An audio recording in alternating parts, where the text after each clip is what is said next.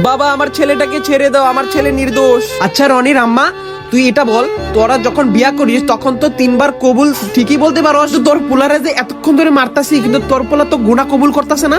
বাবা আমার ছেলেটা নির্দোষ, ও কোনো সময় গুনাহ করতে পারে না। আরে বুড়ি যাইন দিগা। আরে বেটা আল্লাহরে ভয় পা। আরে বুড়ি আমি আল্লাহরে ভয় পামু, আল্লাহর ইনসাফরে ভয় পামু। তোর না 20 মিনিট লাগে নামাজ পড়তে, তুই নামাজ পড়, দেখি তোর ছেলেকে আজকে কে বাঁচায়। হায় আল্লাহ, তুই নামাজ পড়, দেখি তোর আল্লাহ তোর পোলারে কেমনে বাঁচায়। না আরে আমিও দেখতে চাই তোর নামাজের কত শক্তি। তার আগে বন্ধুরা, তুমি যদি আল্লাহকে ভালোবাসো তো ভিডিওতে লাইক করে দাও, আর তুমি যদি ভগবানকে ভালোবাসো তো ভিডিওতে কমেন্ট করে যাও। আল্লাহ আল্লাহ আমাকে বাঁচাও। আরে শয়তান, তুই এখন বুঝবি। আল্লাহ আমার ছেলেটাকে বাঁচিয়ে দাও। মা আমি ফিরে এসেছি, দেখো।